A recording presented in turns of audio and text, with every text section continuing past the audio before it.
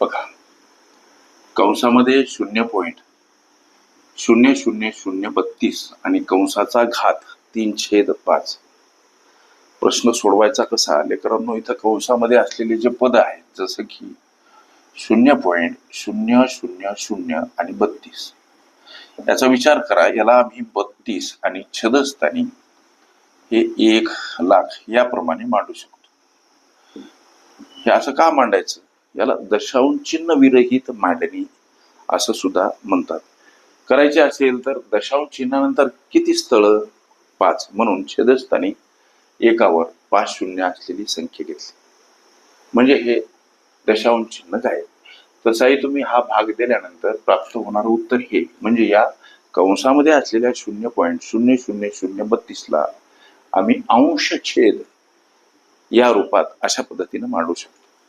मग आता 32 आणि छेदस्थानी 1,00,000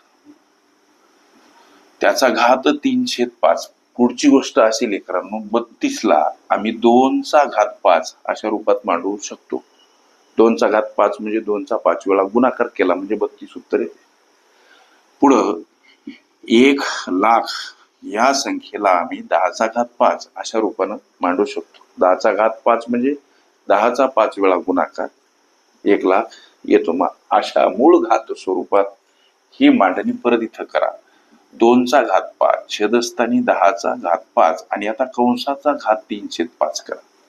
लक्ष द्या, कंसामध्ये असलेले पद पुन्हा संक्षिप्त आम्ही अशा पद्धतीने सुद्धा मांडू शकतो. 2/10 कंसाचा घात 5 याचा अर्थ 2चाही घात 5 10चाही घात 5. आता या कंसाचा घात 3/5 अशा पद्धतीची मांडणी आम्हाला करता येते. पुढे चला, एक सूत्र आम्ही अभ्यासलो की बाबा एचा घात यम आणि त्याचा घात यन असेल तर या सूत्राचा विस्तार एचा घात यम यन अशा पद्धतीने होतो म्हणजे घाताघातामध्ये गुणाकार. पुढे चला,